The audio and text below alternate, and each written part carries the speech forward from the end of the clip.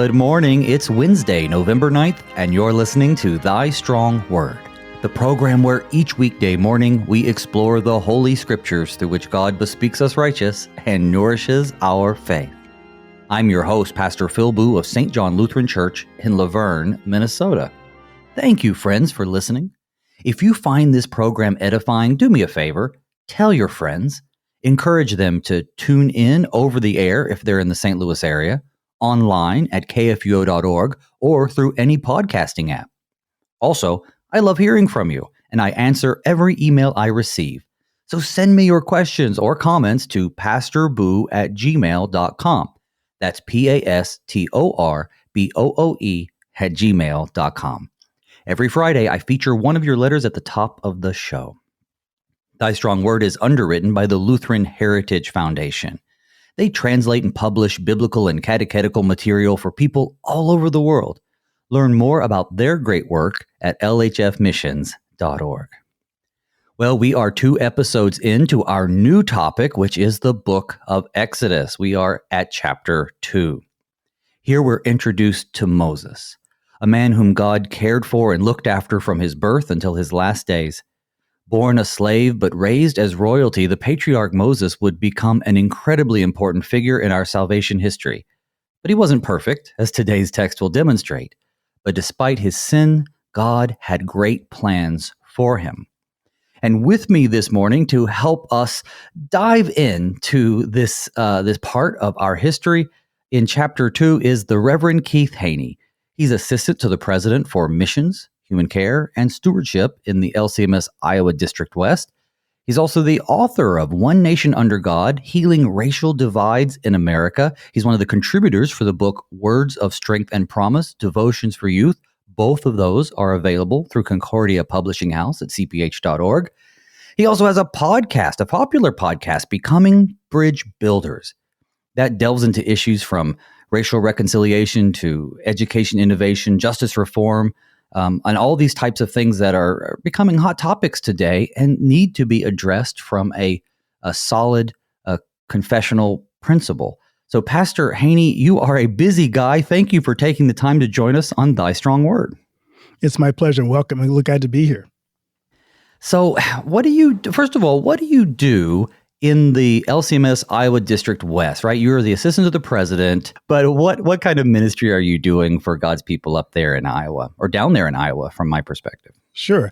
Really some exciting things. We have been blessed in Iowa with a lot of diversity, maybe more than people really realize. So we have started this year just alone ministry to Sudanese, the Dinka and Nuer speaking population. We have Hispanic ministry in Western Iowa, as well as the Des Moines area. That's really starting to take off and flourish. We get a chance to work with a lot of rural and small town churches. Iowa West is about 185 congregations, and 65 congregations, I should say.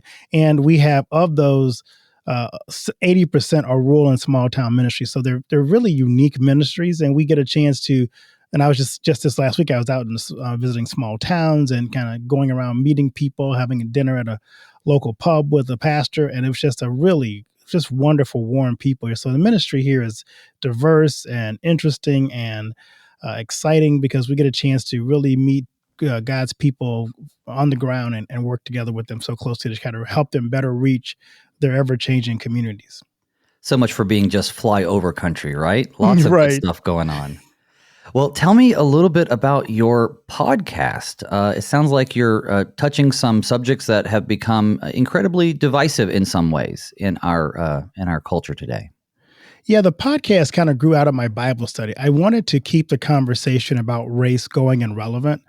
So I started this podcast, Becoming Bridge Builders, with the intent of bringing on various guests with different opinions and different expertise, and to have an open, honest conversation about what they bring to the table about the whole issues of race in America and education and innovation. And I always warn my guests, I'm going to approach this from a Christian perspective. We may not agree on the worldview, but I want to hear your view. So it really is a honest conversation with people about what's going on and what they know. And we've come to some amazing aha moments on the show. People who may not agree, but will come to the idea that there's a different way. If we can just communicate with each other and respect each other, we can really make a difference in our world. Isn't that true? I mean, a lot of the divisiveness that goes on, or at least the obstacles to addressing that divisiveness, is because people just don't listen to each other anymore. They have already decided who you are and what they think you'll have to say based on the groups or categories they put themselves and you in. And so, yeah, I don't want to hear from that person. Everyone has something, worthy of hearing if you just sit down and listen to their story. And again, you don't have to agree with everything, but yeah, I think that's great. And I'm so thankful to have you out there in the conversation, because I know that you're a faithful Christian, faithful Lutheran pastor. And I'm excited to have you on the show too. I could talk about that all day, and I bet you could too. But I suppose we better head into Exodus chapter 2. But before we do that, would you start our time together in prayer? My pleasure.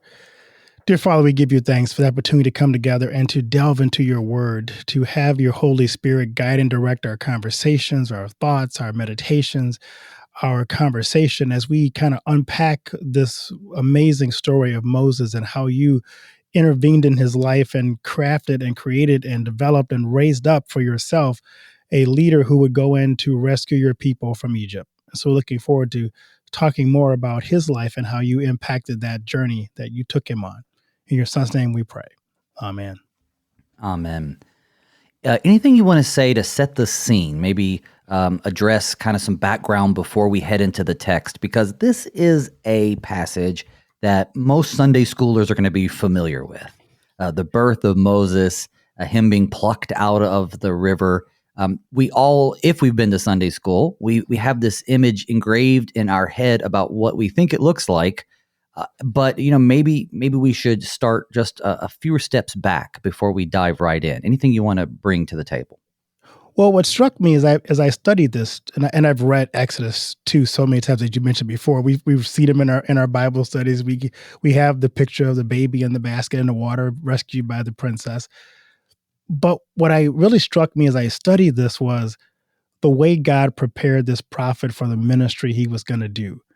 And this moment took 400 years of God, as a promise he made to Abraham when he said, you're going to inherit this land flowing with milk and honey.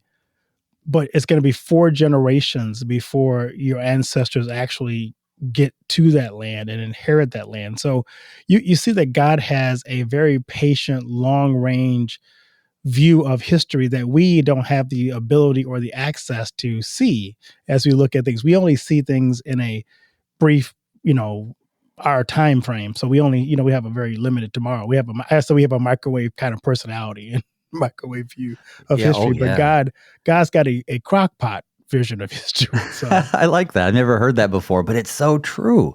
We, especially in our culture, is an instant gratification culture, right? We want the murder solved in the hour that it takes the show to present it. We think that things happen instantly because we've been conditioned by movies and TV and our buffet culture that we want things what we want and when we want them. And God has consistently shown himself to, as you said, have the long range view.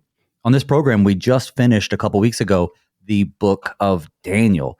Talk about having some long range views. And Daniel's getting prophecies of incredibly specific historical events that won't happen for hundreds of years after Daniel, but did happen hundreds of years ago, that point forward to things that will happen, well, who knows whenever the Lord decides. So it's amazing. It shouldn't be, right? Because God's God, but it still kind of astounds us because we are so unlike God. Now, I don't want to put you on the spot, but it just popped into my head. What do you think Moses thought about writing these accounts down, right? So we understand that Moses is the author of the Torah, the first 5 books of the Bible, of which, of course, Exodus is one of them. So Moses is being inspired to record these events, but he's also the subject of some of these events. I wonder what that made him, I just wonder, I don't know that we know, but wonder what that made him think, what he thought about that. Well, being able to look back at your life and go, this is what God was doing is a wonderful perspective, because you don't get in the moment what God is preparing you for. but been able to look back at the end of your life, or even wherever you wrote this and whatever stage of his life, people look back and say, oh, now I see God's hand in this. I can look back at my own life and go, God, why'd you make me go through that at the time? But looking back, I'm going, oh, I see now. It prepared me for something I needed to be able to do later on.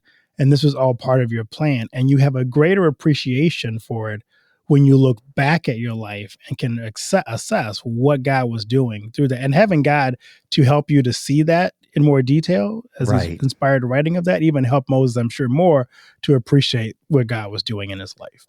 Wow, yeah, well, that's a great answer because I hadn't really considered that. I mean, I was just awestruck by the idea that, here is Moses and he's reflecting on the things of his life. And as you just pointed out, the Holy Spirit's giving him not only a reminder of the events, but the intentionality behind why he was going through them. It's just amazing. Well, let's read the text. This is going to be Exodus chapter 2, verses 1 through 10, and I'll be reading from the English Standard Version. Now a man from the house of Levi went and took as his wife a Levite woman. The woman conceived and bore a son, and when she saw that he was a fine child, she hid him 3 months. When she could hide him no longer, she took for him a basket made out of bulrushes and daubed it with bitumen and pitch. She put the child in it and placed it among the reeds by the riverbank, and his sister stood at a distance to know what would be done to him. Now the daughter of Pharaoh came down to bathe at the river while her young women walked beside the river. She saw the basket among the reeds and sent her servant woman, and she took it. When she opened it, she saw the child, and behold, the baby was crying. She took pity on him and said, "This is one of the Hebrews' children." Then his sister said to Pharaoh's daughter, "Shall I go and call you a nurse from the Hebrew women to nurse the child for you?" And Pharaoh's daughter said to her, "Go." So the girl went and called the child's mother.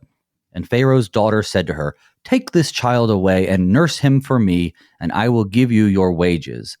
So the woman took the child and nursed him, and when the child grew older, she brought him to Pharaoh's daughter, and he became her son.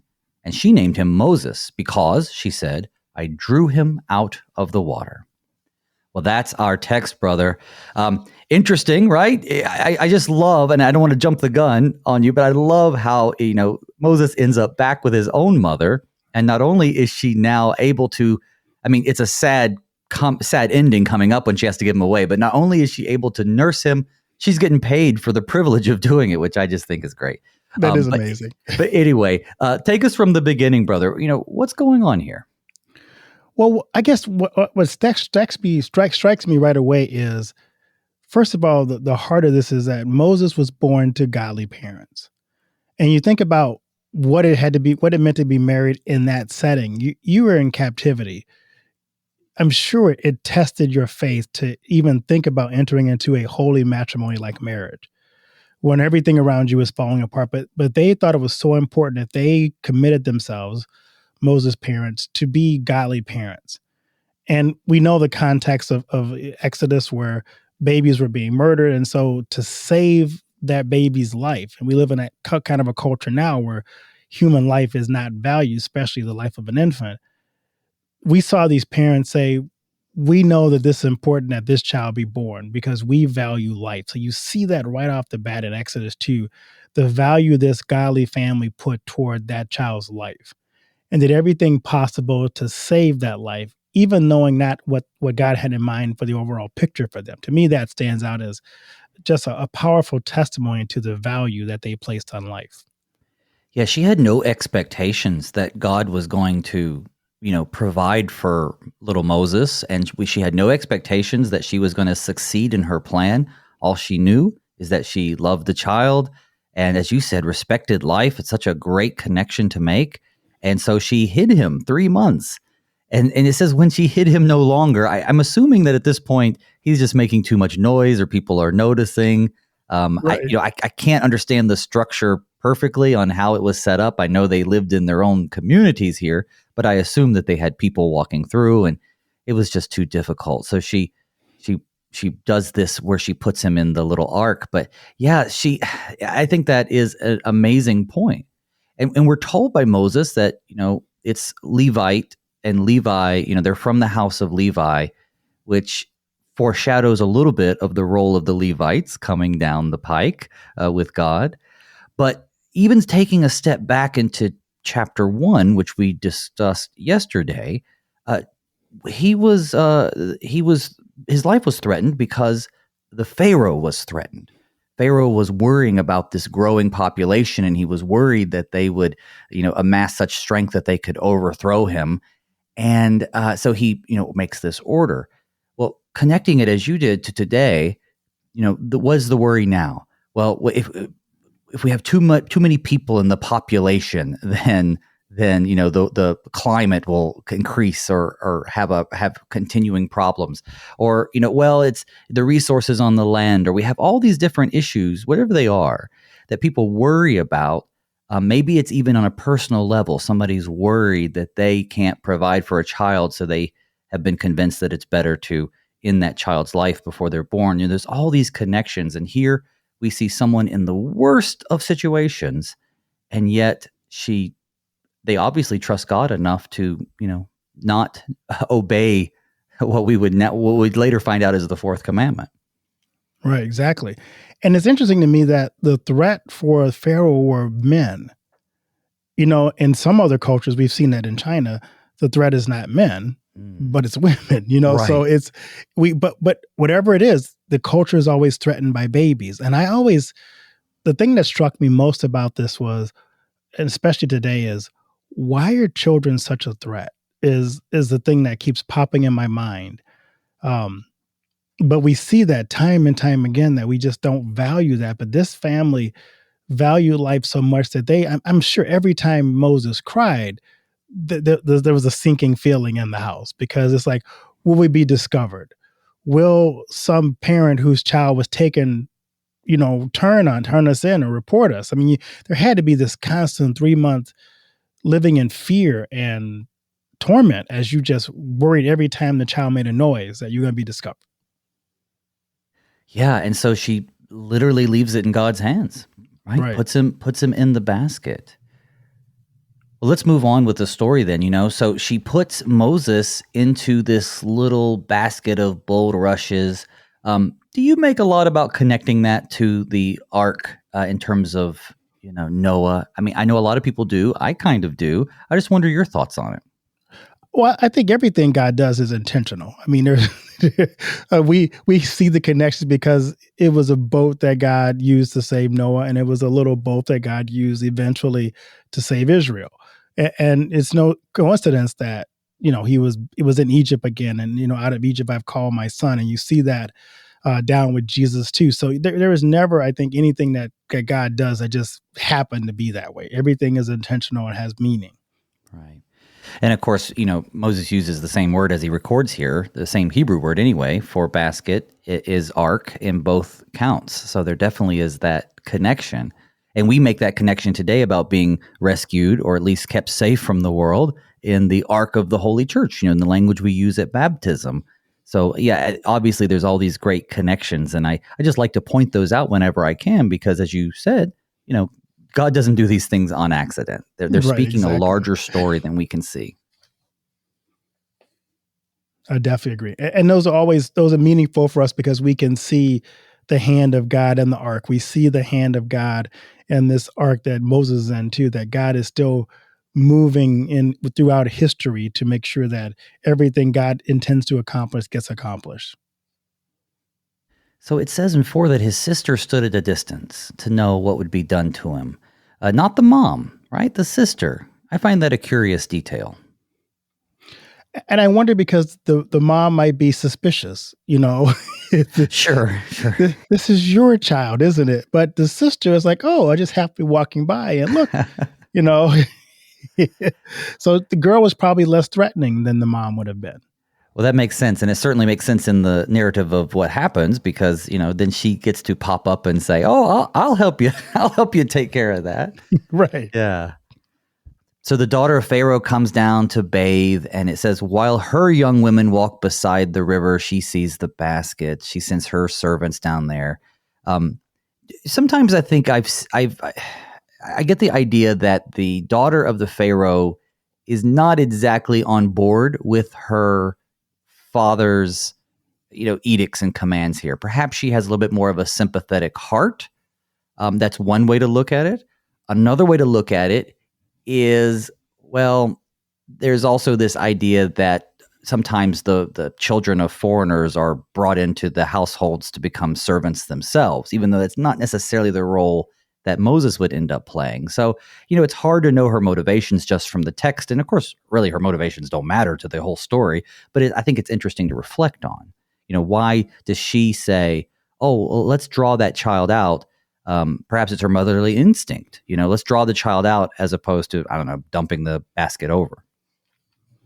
Yeah, I like to believe in my heart that she understood what she saw, the human suffering of those mothers and what was happening with their babies being killed. And something inside of her said, this isn't right. You're right. The motherly instinct does have to kick in. She's apparently childbearing age. And you have to put yourself in those situations of, if this was me and I was a young Hebrew woman, because I'm sure they were all about the same age when they were, having babies, that what if that was my child that was taken from me and murdered because my father is worried about population growth and control. So maybe God used that tenderness in her heart to turn her to think about someone besides herself.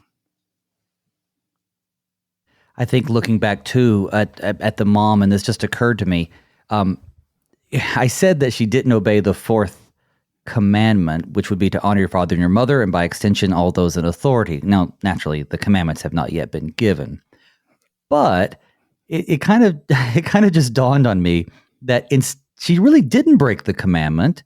She actually maliciously complied with it. And this occurred to me because of the concordance here. It takes us back to Exodus 1:22. It says, then Pharaoh commanded all of his people that every son that is born to the Hebrews you shall cast into the Nile, but you shall let every daughter live. So in a way, she actually kept the word, the letter of the law, while certainly not honoring the spirit of it. She maliciously complied. I'm supposed to throw my baby into the river? Well, here, I'm going to put him in a basket, put him in the river. And then, of course, the rest of her trust is God. And then in this great divine providence, Pharaoh's daughter happens upon him. Yeah. Anything else in this text that stands out to you? Well, you could say he was beyond the age where he'd be thrown into the river because he was a little older than most babies. So he wasn't a newborn. So in that regard, she did keep the commandment or the edict. Right. Sure. Oh, that's true too. That's true too. But, she gives him this chance for life, hope, praying, I assume, that God would somehow, in no way that she could expect, preserve him. And then Miriam fishes him out and takes him back. Why do you think that Pharaoh let her keep him? I mean, she certainly got back to the house or the palace, and maybe she doesn't see her dad often, but at some point he's going to see that she has this extra child. Hey, where'd this guy come from? Oh, he's one of the Hebrew children. Oh, well, I had a law about that. I wonder why. I wonder why that her compassion for him certainly didn't wear off on the Pharaoh. So I wonder why he let her keep him. Well, being a father with two daughters, when my daughter asks for something, my sons too, but my daughters particularly, they have that soft spot in a father's heart, and I could just see her. Would I want to break my daughter's heart if she really wants this? So maybe as a father who cares for his daughter, he just has that fatherly compassion to understand this is important to her, and if it's important to her, it won't do me any harm. No one has to know where this child came from. It's in the household of the Pharaoh, so chances are people aren't going to know the whole story of the situation. So, well, that's true too. That's true too. And the Pharaoh's daughter certainly didn't keep him immediately after drawing him out. She sends him to some random recent woman who's given birth, which in this case, because of God's providence and the sister Miriam, ended up being his actual mother. But, I suppose that the Pharaoh's daughter didn't want him to experience, well, I mean, infant mortality is an issue that she's dealing with here. So, you wean him. I can't feed him because I've not had any children lately. But we also want to make sure he's healthy before I take him in. So there's a lot of planning going into what's going on. The Pharaoh's daughter isn't flighty. She isn't like, oh, look, a pet that I can have. I mean, she has genuine compassion, as Moses indicates here.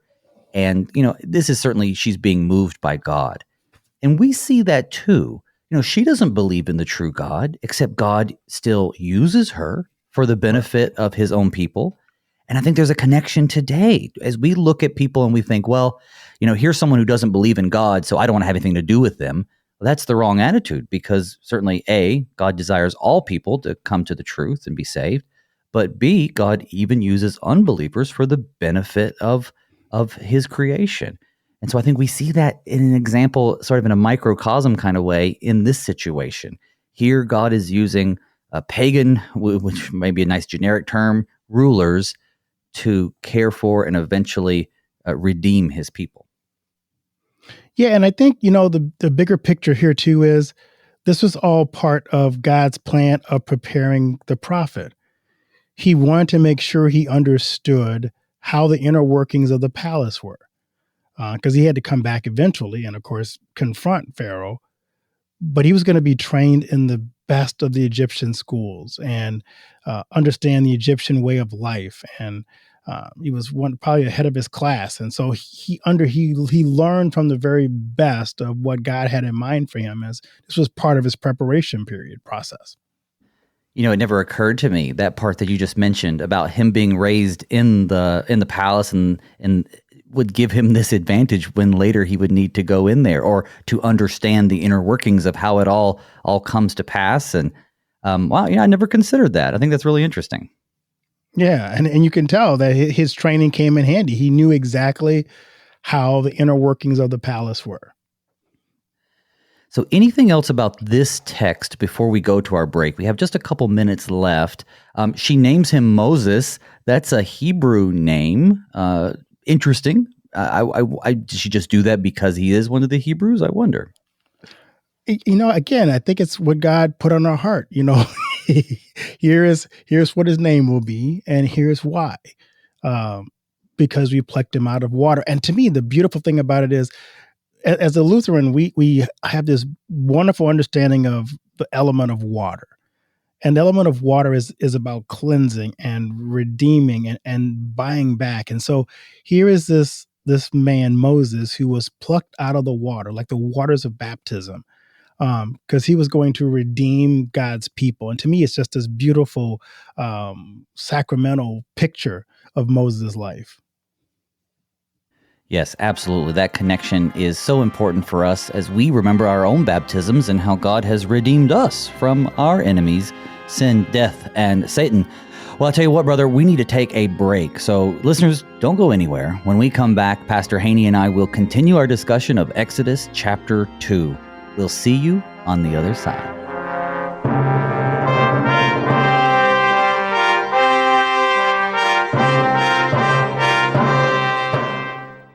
On America's college campuses, doors are open to sharing the good news of Jesus Christ. The number of international students studying at American schools has more than quadrupled over the past decade. For many of these young men and women, it's their first time living in a free society where they can ask questions about Christianity. You can help answer their questions. Go to lhfmissions.org and partner with the Lutheran Heritage Foundation to translate good Lutheran books into languages these students can read and understand.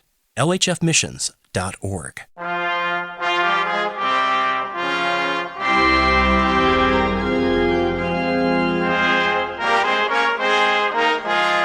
Welcome back to Thy Strong Word. I'm your host, Pastor Phil Booe. With me today is the Reverend Keith Haney, Assistant to the President for Missions, Human Care, and Stewardship in the LCMS Iowa District West. That's a mouthful, brother. I know you're doing good work out there. Before the break, we were talking about just the amazing ways in which God had his hand in history to take Moses, who by all rights as an infant should have found death, but he brought him now to the palace of the king of the Egyptians, the Pharaoh. Verses 11 through 22 are a different matter. He's all grown up, and an event happens. So we're going to read those texts and see how we can make with it. Here we go, starting with verse 11. One day, when Moses had grown up, he went out to his people and looked on their burdens, and he saw an Egyptian beating a Hebrew, one of his people. He looked this way and that, and seeing no one, he struck down the Egyptian and hid him in the sand. When he went out the next day, behold, 2 Hebrews were struggling together. And he said to the man in the wrong, "Why do you strike your companion?" And he answered, "Who made you a prince and a judge over us? Do you mean to kill me as you killed the Egyptian?" Then Moses was afraid and thought, "Surely the thing is known." When Pharaoh heard of it, he sought to kill Moses. But Moses fled from Pharaoh and stayed in the land of Midian. And he sat down by a well. Now, the priest of Midian had 7 daughters, and they came and drew water and filled the troughs to water their father's flock. The shepherds came and drove them away, but Moses stood up and saved them and watered their flock. When they came home to their father Reuel, he said, "How is it that you have come home so soon today?" And they said, "An Egyptian delivered us out of the hand of the shepherds, and even drew water for us and watered the flock." And he said to his daughters, "Then where is he? Why have you left the man? Call him, that he may eat bread." And Moses was content to dwell with the man, and he gave Moses his daughter Zipporah, and she gave birth to a son, and he called his name Gershom, for he said, "I have been a sojourner in a foreign land." All right, thus endeth our text, at least for the moment. I think this is a wild story because we have the Moses living in the palace. He goes out, and you can tell his heart is for his people, but he does something that he's not supposed to do. Right? We don't condone what Moses did. Take us through that, brother. That's an interesting thing here, because I'm wondering, did Moses internally know that he was a Hebrew, and did he stand up for the slave who was being attacked because he knew deep in his heart he was a Hebrew? Or was it because he just saw injustice and Moses stood in the face of the gap because he felt an injustice was being served? Because if you jump down to the next interaction, just the next day, he sees 2 Israelite men arguing, and he jumps in to intercede on their behalf. And then you see the third time in that one little short section where the shepherds are mistreating the women, and he jumps in again. Is it just Moses' personality that he sees conflict and he wants to get involved? Or did he, on a much wider scale, just have the kind of personality it's like, we should not have this conflict. I feel like it's my job to bring peace. So it's kind of like you can't really, there's 3 different things, or 3 different instances where you got, Hebrew and Egyptian, two Hebrews, and then you have foreigners. So each time he jumps in because he sees an injustice. Well, and you gave us a couple different options. If I could give the Lutheran answer, I might say yes, right? But more specifically to what you're saying, I wonder if he knew where he come from. I don't think he wouldn't have known. I mean, he's grown at this point. He's been in the Pharaoh's house, but certainly there have been situations where he may have wanted to be treated like an Egyptian, and then they remind him where he's from. It's like, you may live here, but you're not from around here. And I say this as having grown up in the South and have moved as a child. And even though I was a child and had lived my whole life in North Carolina, once I moved from the center of North Carolina to the western part of North Carolina, there were plenty of people in the western part who said, "Yeah, you're not from around here," even though I was still technically one of them. So I suspect, and obviously I'm just thinking off the top of my head, that he'd been put in his place to know where he came from, if not, used as a way to maybe harm his emotions. And we don't know, but I think it's absolutely clear, demonstrated by these 3 options that you illustrate, these 3 incidents that you illustrate, that he is one who is a peacemaker, right? God has drawn him to this motivation. He's not a peacemaker because, he gets anything out of it, right? Because he gets himself in trouble. But he just can't help but feel and be empathetic for those who are in persecution, which makes him the perfect guy for what God has planned for him. Exactly. And you see that heart in him. as he tries to stand in the gap for those who are less fortunate, those who are under attack, and he stands in to be a champion for them. I think that's just a powerful testimony to the kind of godly parents and upbringing that Pharaoh, Moses had, because you think about where he grew up in. He grew up in a culture and around people that didn't really have a whole lot of respect for the Israelites. So to have that heart was something that was definitely outside of him. We would say otherworldly, in terms of this is how God places that into you, not something that is born that you develop because of the people you're raised with. So he had a good heart despite where he was raised. Absolutely. And in this first incident where he sees an Egyptian beating a Hebrew, and then, he says one of his people, right? So the Holy Spirit has said that at some point he's made this connection, or he's telling us it's one of his people, but we already know that. Regardless, I get the impression that what is happening here isn't even permissible. Even if anybody else would have saw it, it's not permissible regardless. Just because the Hebrew is who he is and the Egyptian is who he is, I get the impression that this is going above the way they would normally mistreat the people, if that makes sense. So I think even the Egyptian is doubly wrong. He's wrong in the sense that he's part of a culture that's oppressing an entire, race of people, but he's also wrong because he's going the extra mile to be hurtful and abrasive to this particular Hebrew. And so,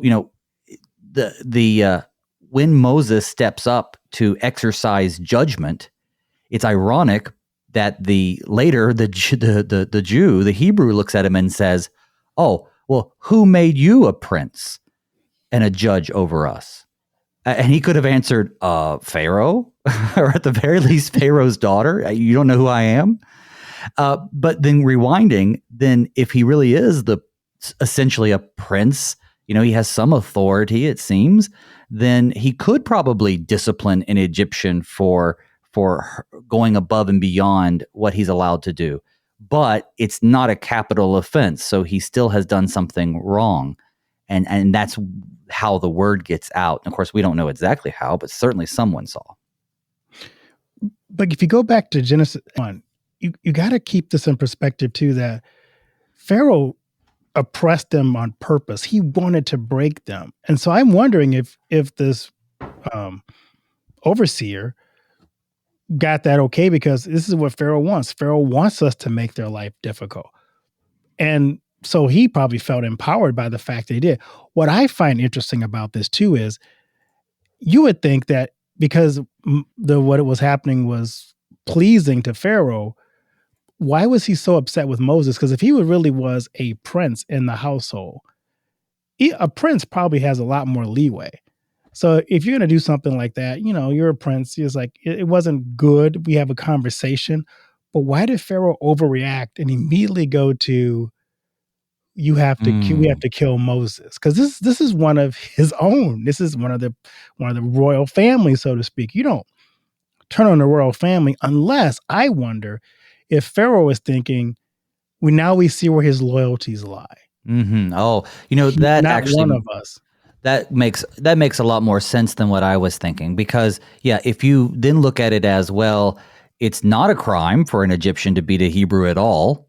I mean, it doesn't make a lot of sense to harm the people who you rely on. You see what I'm saying? Like, for them to go around killing slaves is not, from a purely pragmatic point of view, is not a good practice for them, except, of course, to enforce their authority and to frighten and demoralize them.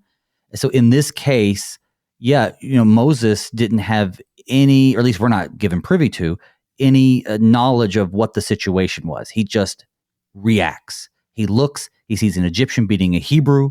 The fact that he points out that the Hebrew is one of his people, it makes sense. Clearly what's going on here is that he is reacting to a situation where people are being harmed.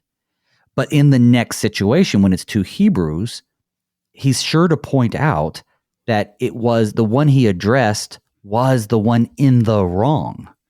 Right. So even when it's two Hebrews, it's not as though it's just generic, I don't like to see people fighting, but there's a justice thing here. So the Hebrew who is wrong, he addresses, why are you striking your companion? And in the Hebrew language, the word used for the Egyptian, giving like a death blow to the Hebrew is the same word that is used of Moses when he struck the Egyptian down. So we see that Moses ends up, he just did what he then is trying to break up the others from doing. So I'm just trying to think, what is God telling us in a more broad sense about justice and how to treat other people? Certainly there's a better way. Yeah, and we like to sometimes say, was his anger righteous anger with the Hebrew? I mean, and the Egyptian? No, because you went too far with that. Right, absolutely. There were probably different ways to handle that. But it was commendable that you wanted to help, but there's a right and a wrong way to help. And you lose credibility when you go too far, because you saw that in the next case. It's like all of a sudden now you're trying to do the right thing again, but because you went too far the first time in your justice, which wasn't justice at all, you have now created a pain among, your credibility in terms of being an advocate for justice has now been impacted in your next situation. And I also think as we look into how Pharaoh responds, Pharaoh is responding appropriately if you understand just how nervous he is, just how paranoid he is over the increasing population of the Hebrews. He can't be comfortable with Moses, hanging out in the palace, regardless of how he got there. So, it very well could have been that even if Moses, as the prince, could have had the authority to exercise a capital punishment on someone, which also I don't think is found in the Egyptian culture at this time, but still, this might just been, yes, all right, fine. We're going to take out Moses. Finally, we have something. He's just grabbing it as a pretense. So that's why the Pharaoh, when he hears of it, he sees, okay, this is time to get rid of Moses, and he seeks to kill Moses. And that's when he flees. And Moses could have come back and said, hey, look, I'm trying to protect your investment. Well, and that's kind of what I was trying to say earlier, right? Right. And then Pharaoh would have acted differently. But somehow I wonder again if Pharaoh was threatened by Moses' loyalty. Because again, is this a sign of your true Hebrew colors are coming out and you're going to be an advocate for them if you ever get to be in charge? So you now are a threat to the kingdom and you must be eliminated. Yeah, I think you're 100% correct on that. And that definitely makes more sense.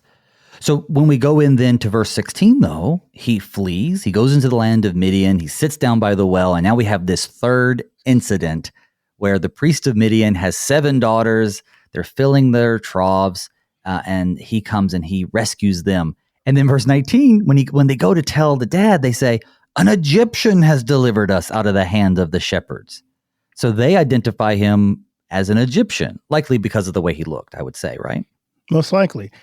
But interesting that the Midian part comes in, because the significance of Midian to me is really telling. Midian, of course, was one of Abraham's sons. Midian were the people who sold Joseph into slavery and brought him to Egypt. So there's that tie there. And so the Midian connection now ties Moses back to the patriarchs.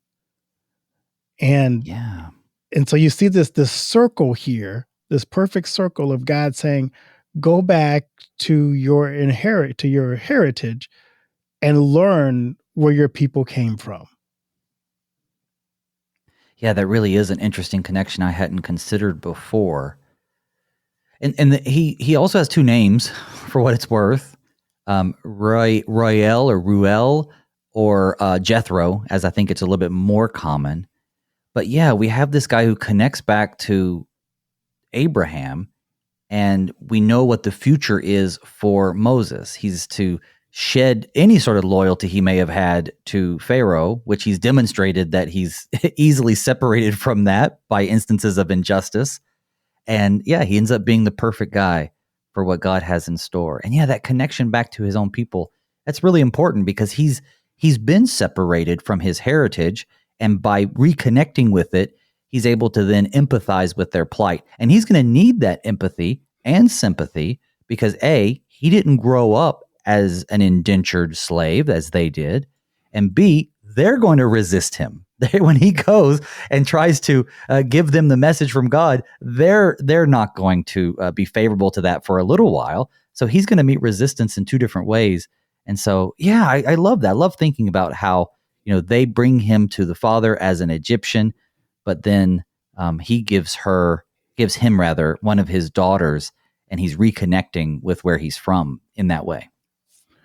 And the other neat thing about Moses' life is it's broken into three perfect quarters. He spent 40 years as a prince in Egypt, 40 years as a shepherd in Midian, and 40 years leading Israel. So you got this beautiful symmetry of his life. Yeah. Now, why do you think that he gave Zipporah to Moses? We're talking about Jethro or Reuel, the priest of Midian. It seems a little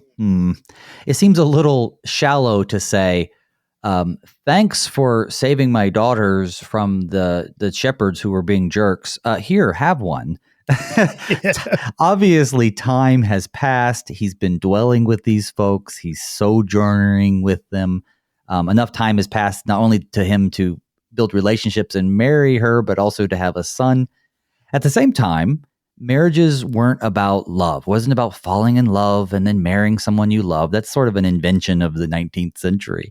It was about getting married and then hopefully later, coming together in a great deal of love for one another. But, the father would have had this authority to do that. But I wonder what the motivation was.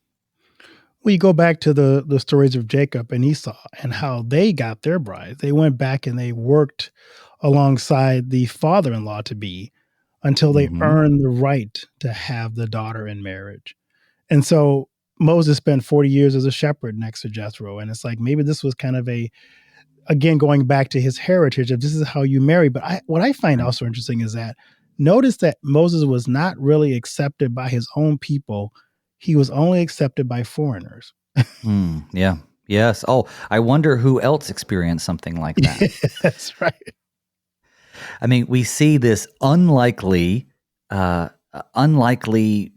hero, I guess. I hate to use that word because it's so connected to to either Greek myths or to fiction. But we have this unlikely savior of the people who's going to redeem them. And born under unusual circumstances, he comes and he redeems his people, and he's rejected by his own and accepted by those. I mean, obviously, God knows what he's doing because we see in Moses a type, but really a foreshadowing of Jesus. Exactly. And that's what I was thinking about when I looked at this too. It's like he was such a foreshadowing of Jesus in that he was rejected by his own.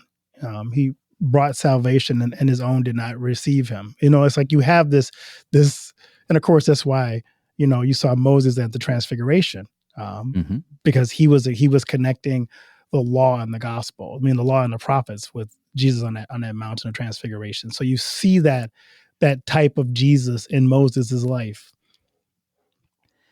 We see here too, just an example of what it means to live out our lives, trusting in God, knowing that He has it all planned out. You started the show with the depiction of, God looks into the long term.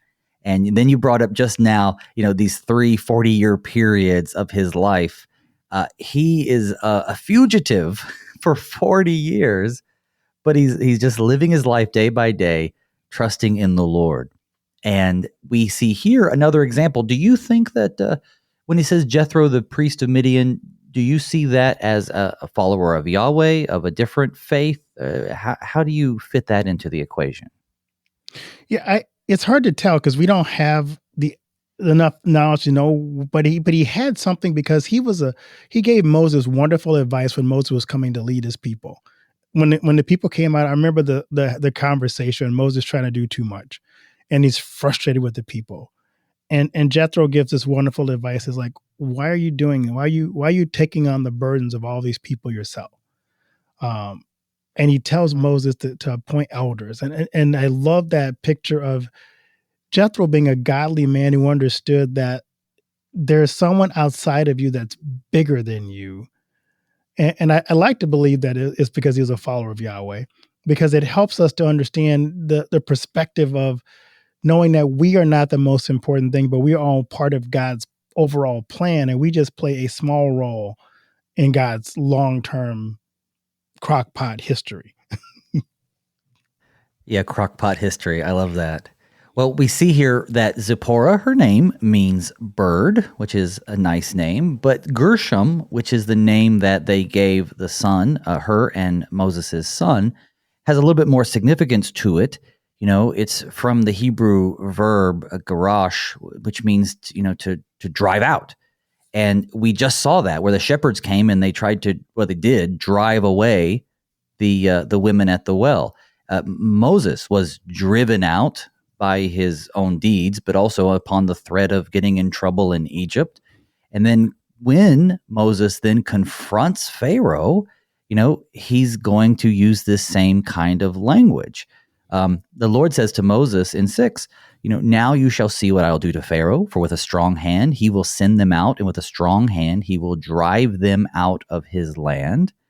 And we see that over and over again, that same kind of language of driving out.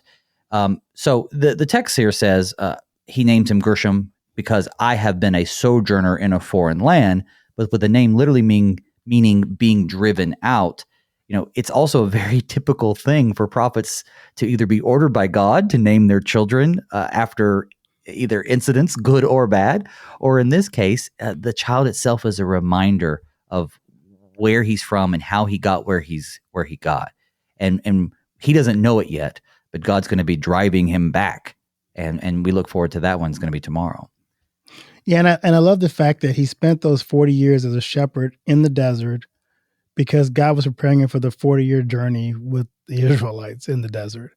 And he knew how to handle that. Imagine having grown up in a palace and all of a sudden now you're called to lead people in an area you're not familiar with. But he intimately understood desert life and desert circumstances. So he was able to aptly tell the people who had been in captivity for 400 years and only knew one thing, one little area, it's going to be okay. I've lived here. I've done this. And to be able to guide them the way God would have them guided. So I think that's also an important piece in his life as well. Oh, yeah. And that just sparks my mind, too, about other connections that I haven't thought of before. And one is, he, growing up in the palace, he has no idea how to shepherd sheep or any other animal. So he's being trained by his now father-in-law to shepherd these sheep. And for 40 years, he's being trained to be a shepherd, which, of course, God is going to call him to do, to shepherd his people. And that shepherd imagery is so key to everything that God does, because even if you go back to, and you're going to get to this, of course, later on, but the kings, they were never designed to be rulers. They were designed to be shepherds. Right. And the best kings that Israel had were those who were shepherds as opposed to those who were farmers, because they knew how to gently guide and lead God's people, realizing that they served the good shepherd, and that they were to just be there to kind of protect the people of God, because God was the one who's still in charge of all of this. We have just a few verses left, and we just have a few minutes left in our episode. So I'm going to read those, and I think they're going to be a great way to end our study of this section. It's going to be verses 23 through 25. During those many days, the king of Egypt died, and the people of Israel groaned because of their slavery and cried out for help.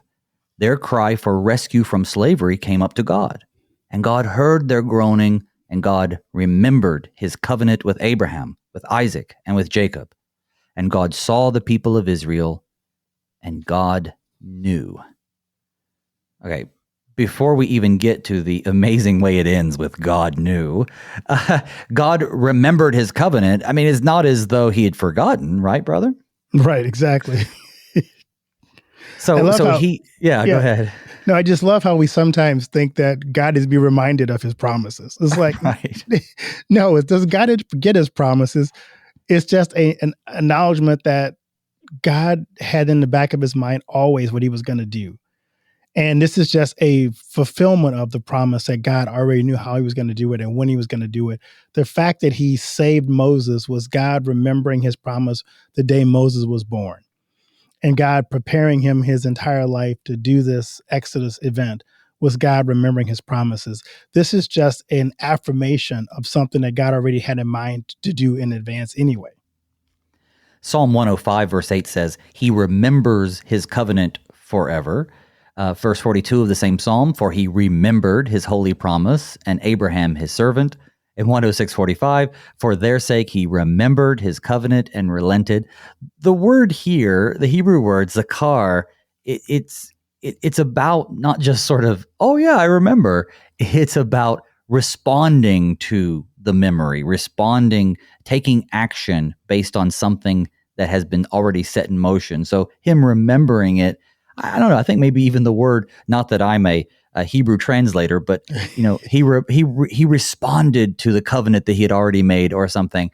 But yeah, it is more than just sort of, it pops into his head. Yeah. But then he leaves that, and God knew. What do you make of that, brother? I mean, it sounds so, I don't know. It sounds so powerful.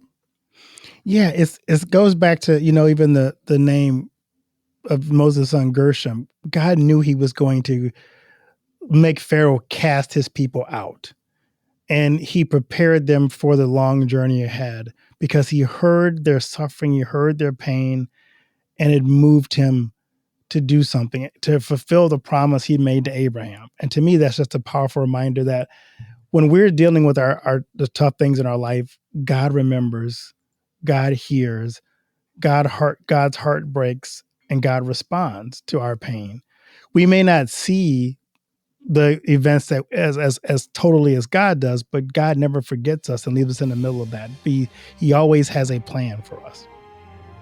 I think that's a great place to end it today. We're at the end of our time together. I'd like to thank my guest this morning, the Reverend Keith Haney, Assistant to the President for Missions, Human Care, and Stewardship in the LCMS Iowa District West. Thank you, Pastor, so much for being on the show. I hope to have you on again. My pleasure. I'd love to. Thank you too, dear listener, for tuning in to Thy Strong Word. I've been your host, Pastor Phil Booe. Tomorrow, we'll continue in Exodus with the account of the burning bush and God's call for Moses to be his prophet. Until then, may God's peace and blessings be with you all as we pray, Father, keep us in Thy strong word.